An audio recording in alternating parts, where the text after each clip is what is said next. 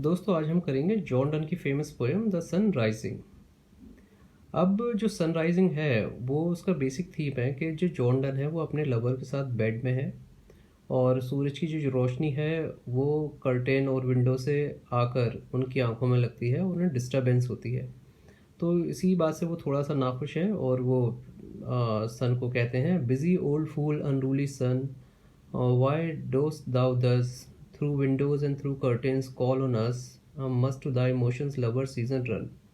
इन lines में वो सूरज को कह रहे हैं बिजी ओल्ड फूल मतलब तुम एक बूढ़े हो, अनरूली का मतलब होता है जैसे मैनर्स नहीं है, वाई दोस्त दाउ दस, जो डोस्ट है इसका मतलब है यहाँ पर डू या डस के लिए है, ये ओल्ड इंग्लिश में डोस्ट कहते थे इसे। अब जो नई इंग्लिश है उसमें आप डज या डू कह सकते हैं। दाव का मतलब यू हो गया दस, कि तुम इस तरीके से विंडो से आके कर्टेन से आके हमारे ऊपर अपनी रोशनी डाल रहे हो और हमें क्यों तंग कर रहे हो। Must to the emotions lover season run, कि जो लवर है वो अपना सीज़न यानी कि अपना टाइम तुम्हारे हिसाब से चेंज कर ले, उससे क्वेश्चन करते हैं। अगली लाइन में उसे कहते हैं saucy pedantic wretch go shied. Shied का मतलब होता है दोस्तों किसी को डांटना, सॉसी का मतलब होता है बोल्ड लेकिन नेगेटिव सेंस में, और पेडेंटिक का मतलब होता है सन की टाइप का जो थोड़ा चिड़चिड़ापन हमारे अंदर पैदा कर दे, मतलब कि जिस पर हमें गुस्सा आ जाए। तो वो कहता है कि saucy pedantic wretch go chide late school boys and sour prentices. वो कहता है तुम जाओ और स्कूल के बच्चों को जगाओ। और सॉर प्रेंटिसेस का मतलब हो गया, ये अप्रेंटिस वर्ड है लेकिन ओल्ड इंग्लिश में से हम प्रेंटिसेस लिखते हैं। प्रेंटिसेस होता है किसी चीज़ को सीखने वाला। तुम जाओ और किसी उस बंदे को जगाओ जो कुछ सीखना चाहता है, कोई आर्ट सीखना चाहता है। या जाके कोर्ट हंट्समैन को जगाओ कि किंग राइड करेगा, मतलब हंट्समैन हो गया जो किंग का घोड़ा वगैरह तैयार करेगा ताकि किंग हंट पे चला जाए। Call country ends to harvest offices, या तुम जाओ और चींटियों को बताओ कि उन्हें खाना इकट्ठा करना है अपने लिए, लेकिन हमें मत जगाओ आप। Love all alike no season knows nor clime nor hours days month which are the rags of time. अब जॉन डन बड़ी खूबसूरती से कहता है कि जो प्यार है वो किसी क्लाइम को नहीं जानता। क्लाइम का मतलब होता है क्लाइमेट, कि किसी मौसम को नहीं जानता, किसी सीज़न को नहीं जानता।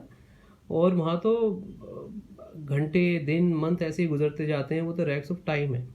अब देखिए यहाँ पर बहुत अच्छा कंट्रास्ट है, वो टाइम और जो लव है उसे कहता है कि जो लव और टाइम है उसके अंदर एक कंट्रास्ट है कि जो टाइम है वो लव का दुश्मन है। मतलब लवर जब मिलते हैं वो चाहते हैं कि टाइम कभी ख़त्म ना हो, लेकिन हम जानते हैं कि टाइम तो ख़त्म होना ही होना है।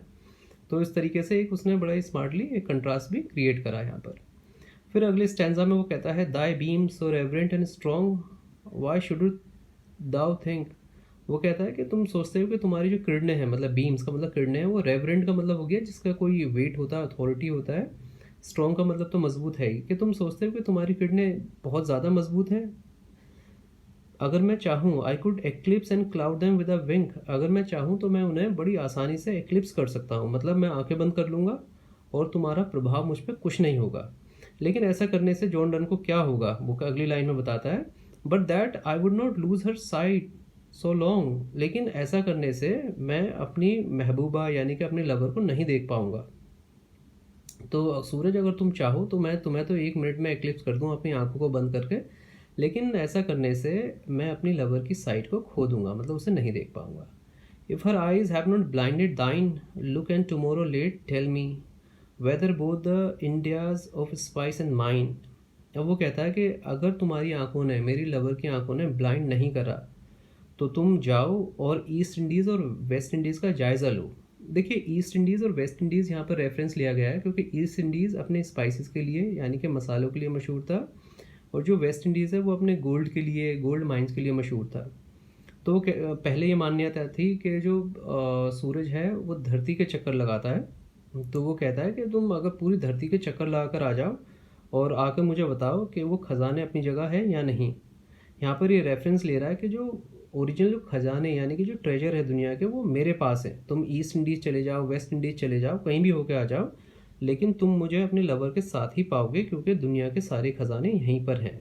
तो अगली लाइन में वो यही बात कहता है, be there thou left them और lie here with me, ask for those kings whom thou saw'st yesterday and thou shalt hear all here in one bed lay. तो कहता है कि जो किंग वगैरह तुमने देखे थे कल, तुम जब वापस आओगे, मतलब आने वाले टाइम में कल को, तो तुम मुझे यहीं पर पाओगे अपनी लवर के साथ, तो यहाँ पर सारे किंग्स होंगे।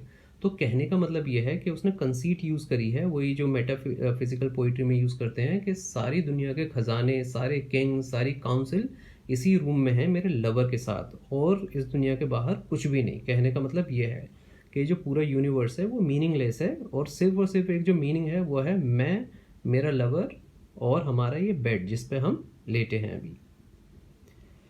फिर अगले स्टेंजा में कहता है she is all states and all princess I nothing else is, कि वो सब कुछ स्टेट्स और प्रिंसेस है और हम दोनों एक हो गए हैं, मतलब पूरी दुनिया के स्टेट प्रिंस सब रोल होके एक में आ गए हैं।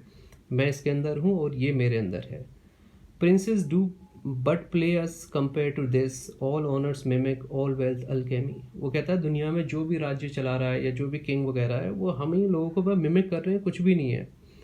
अच्छा ये देख लेते हैं, अल्केमी का मतलब होता है, अल्केमी का मतलब कोई चीज़ फेक जो ओरिजिनल ना हो। जैसे अल्केमी के थ्रू हम जो सोना बनाते हैं वो फेक होता है। मिमिक का मतलब मिमिक्री करना, कि पूरी दुनिया तो हमारी मिमिक्री कर रही है, कहाँ ये काउंसिल, कहाँ कोर्ट्स, सब कुछ यहीं पर है, इसके बाहर कुछ नहीं। बस ये कहने का मतलब ये है जॉन डन का यहाँ पर। फिर आगे वो कहते हैं thou sun art half as happy as we, in that the world's contracted thus, thine age asks ease, and since thy duties be to warm the world that's done in warming us, shine here to us, and thou art everywhere. This bed thy center is, these walls thy spheres. अब John done जो शुरू में सूरज को डांट रहे थे, unruly सन कह रहे थे, अब यहाँ पर थोड़ा सा वो मेलो डाउन हो जाते हैं। वो कहते हैं कि ठीक है, मैं समझता हूँ कि तुम भी एजेड हो, बूढ़े हो, और तुम्हें भी अपना काम करना है। काम क्या है सूरज का? दुनिया को रोशनी देना, दुनिया को गर्म रखना। वो कहते हैं दुनिया को गर्म करने क्यों जा रहे हो? तुम क्यों ना हमारे ही इस चार दीवारी के बाहर, मतलब इस रूम के बाहर चमकते रहो, क्योंकि ये रूम ही अपने आप में एक दुनिया है। क्योंकि जॉन डन ने पहले ही मेंशन कर दिया कि king, council, spices east Indies के, वेस्ट इंडीज़ के, सब तो यहीं पर है। तो वो सूरज से कहते हैं तुम कहीं और जाके क्यों थक रहे हो, क्योंकि तुम तो वैसे ही ओल्ड हो, क्यों ना इसी कमरे के चक्कर लगाते रहो और हमें वार्मथ देते रहो अपनी। तो इस तरीके से ये ख़त्म हो जाता है। और इसमें बात कर लेते हैं वोकैबलरी की। आर्ट जो वर्ड है ART, इसका मतलब होता है आर। ओल्ड इंग्लिश में इसे हम आर्ट लिखते थे, लेकिन न्यू इंग्लिश में आर्ट पढ़ेंगे। और दाई का मतलब हो गया तुम्हारा, दाई स्फेयर मतलब आपका घेरा यानी कि स्फेयर। दाव का मतलब होता है यू, और प्रेंटिस का मतलब अप्रेंटिस जो शुरू में बताया था आपको। और डोस्ट हो गया, इसका मतलब डज या डू के लिए लग सकता है। तो इस तरीके से पोएम ख़त्म हो जाती है और बहुत ही ब्यूटीफुल रिटन है। हम जानते हैं कि John Donne was known for his intellect for metaphysical poetry, and he was known to use intellect and conceit. अच्छा, कंसीट और सीख लेते हैं। कंसीट क्या होता है? कंसीट होता है एक फारफेच आइडिया।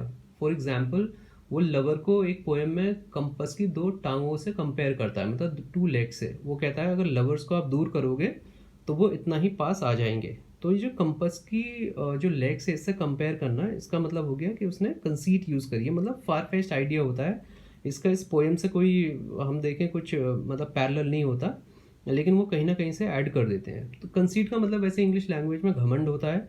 तो कहने का मतलब ये है कि जो मेटाफिजिकल पोइट्री है उसके अंदर वो अपना बड़ा चढ़ा के चीज़ों को बताते हैं और इस तरीके से नॉलेज पेश करते हैं कि उन्हें साइंस भी आती है, आर्ट भी आती है, लिटरेचर भी आती है, पोइट्री भी आती है। तो दोस्तों यही है ब्यूटीफुली रिटन, और इसे आप पढ़ लीजिएगा। इसके अंदर पोइट्री डिवाइस वगैरह भी हैं, वो मैं आपको अगले वीडियो में बताऊंगा क्योंकि वीडियो लंबा हो जाएगा। तो उम्मीद है आपको ये अच्छा लगेगा वीडियो। अगर अच्छा लगे तो लाइक करिएगा। Thank you.